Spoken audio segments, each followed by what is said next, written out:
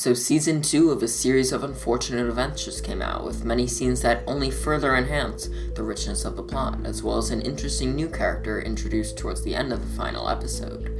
Before I get any further though, do not continue to watch this video if you haven't seen Seasons 1 and 2 of the Netflix original show, A Series of Unfortunate Events, as there are major spoilers contained in this theory. Anyway, the directors dropped in a new character right at the end, and that character is almost certainly Kit Snicket, sister of Lemony and Jacques. I thought it was just the perfect end to the second season, as seemingly all hope was lost with both Olivia and Jacques out of the picture. But I'm not here to talk about how much I enjoyed the 10 episodes we were handed. I'm here to discuss something far more devious and intriguing. It's something I've had in the back of my head since I first watched Season 1, and is something that only became further enhanced with the arrival of Season 2. So today, I answered the truly enthralling question, could one of the main villains of the show actually be Mr. Poe?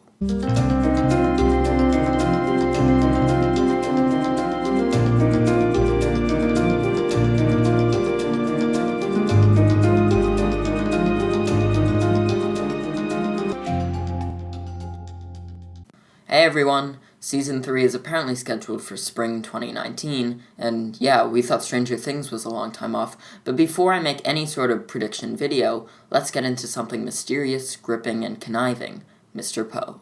I've spent hours dissecting this seemingly harmless character, and I found tons of evidence to support my grand theory, so let's get started. Mr. Poe is a banker at Mortuary Money Management, and has been vigorously involved with the lives of the 3 Beaudelaire orphans. After the Beaudelaire parents died, or seemingly died, in a mysterious fire, Mr. Poe was left in charge of delivering the children to their future guardians, as well as handling their fortune until Violet turns 18 years old. Of course, what should have been a relatively easy and ordinary task turned into, well, a series of unfortunate events, as the Baudelaires have been with guardian after guardian, all while running from the man who's after their fortune, Count Olaf. It's obvious, though, that the Baudelaires wouldn't have to struggle nearly as much if the people around them were even slightly more quick-witted. This is emphasized in books like The Vile Village and The Carnivorous Carnival, as the people who live in VFD are oblivious to the truth and believe that innocent children were murderers. The people who come to the carnival don't even question the act of letting lions tear someone apart, and they simply think of it as part of the show. But maybe you can excuse these bystanders for not recognizing what was really going on, but the one man you can't excuse is Mr. Poe. And before anyone says anything, yes, of course, Poe's character and the oblivious guardians are mainly used to emphasize the comedy of the unfortunate situation, but a show like this, one with lots of secret messages, also has many double meanings. And so what if Mr. Poe's character wasn't just for comic relief, and actually was a key part to the lore of the show? Well, as I was saying earlier, maybe some of the townsfolk can be excused, but Mr. Poe is way too involved with the Baudelaires' lives to not see through Olaf's schemes and disguises. I mean, honestly, who wouldn't know exactly what was going on here? Olaf and his very professional troupe don't even do a good job at disguising themselves, and once you meet them once, or a couple of times, it's impossible to not recognize them, even in costume. The schemes are so blatantly obvious that no one sane wouldn't see through them. In the Austere Academy, Poe even states that no one would disguise themselves 4 times in a row. It's utterly ridiculous, almost impossible, that Poe wouldn't see right through Olaf's facades after being tricked by them multiple times in a row. It's crazy.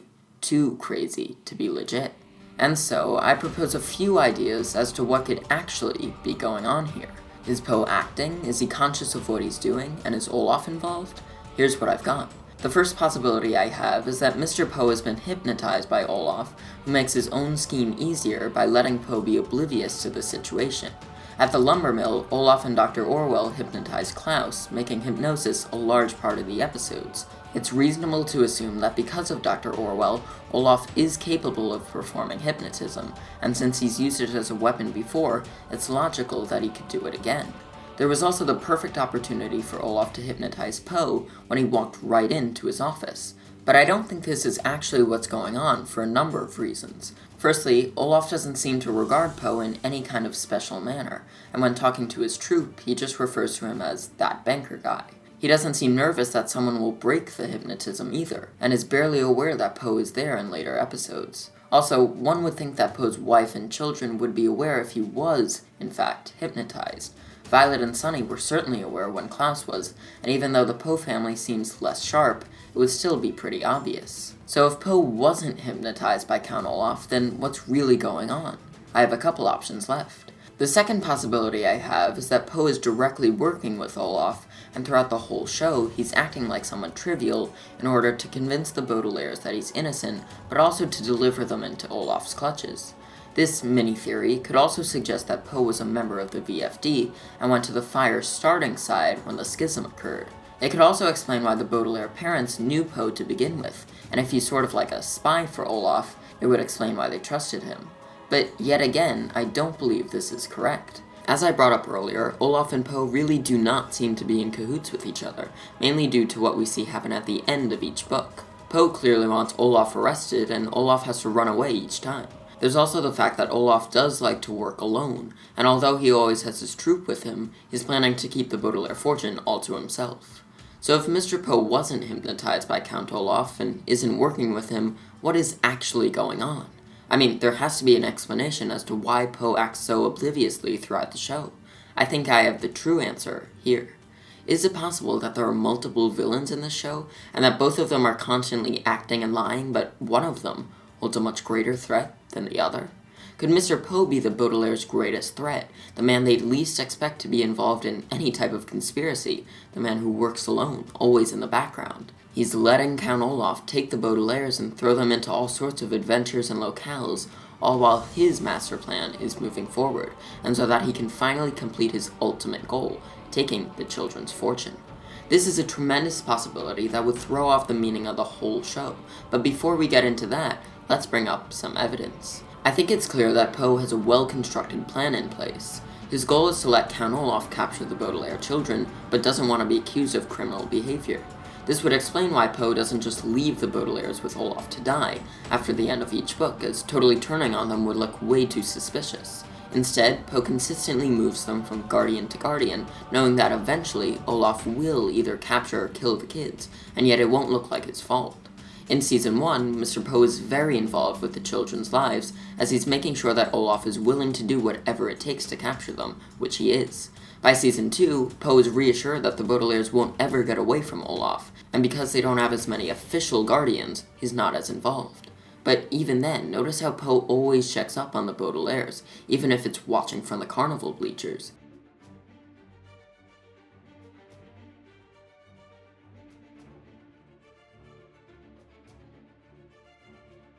He's always there, making sure his plan is succeeding, and so far, it is. But you might be asking, why does Mr. Poe want Olaf to capture the kids when in reality, he himself wants to get their fortune? Well, how do you think Olaf would get to the fortune once the Baudelaires were disposed of? Remember, Poe is in charge of it, he works at the bank.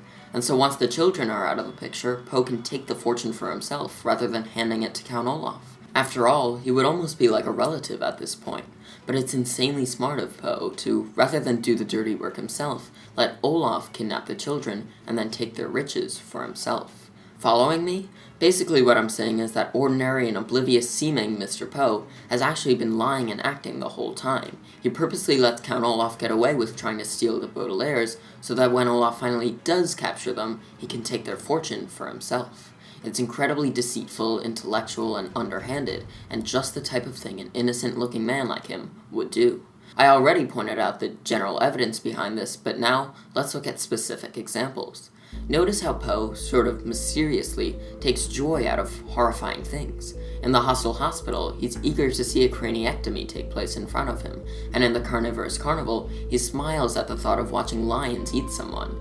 He's evil and sadistic on the inside, covered by the plain-looking facade he puts on. If you go all the way back to the bad beginning, Poe seems glad that the Baudelaires are being put to insane levels of work, and in the austere academy, he isn't at all concerned that the kids he's supposed to protect are running laps all night every night.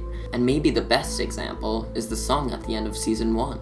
We see Snicket, Olaf, the Baudelaires, and yes, Poe, singing about how the story isn't ending happily. 3 of the 4 sing with frowns on their faces, depressed and worried about their lives, but 1 stays joyful throughout the whole time. Then you realize that the song was coming out of Poe's radio, the last shot of the season. definitely something subliminal going on here. But more evidence to support this theory is that in Season 2, Mr. Poe openly shows that he wants the Baudelaires to be captured or killed. Now that there are no more official guardians, Poe is able to have a more citizen-like role in the show. The best example for this is in the Vile Village, when the townsfolk accuse the children of being murderers. Poe seems delighted to join the mob and burn the children at the stake, when just a couple days ago he was caring for them and delivering them to their guardians. It makes no sense. Unless Poe's ultimate goal is to gain the fortune for himself. The same thing happens at the hospital and carnival. Poe wants a craniectomy to take place on Violet, and wants the children to be eaten by lions. It's the same thing over and over. Mr. Poe isn't oblivious at all, just the opposite in fact, and his ultimate goal is for Olaf to get rid of the Baudelaire orphans so that he can take their fortune for himself.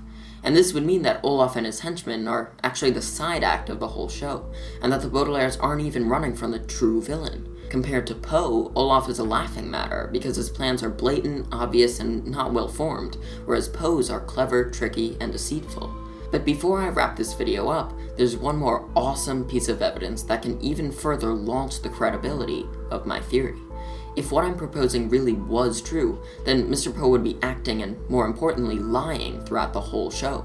Lying is something that's difficult to do and often doesn't happen without a telltale sign. And what just happens to be Poe's defining characteristic?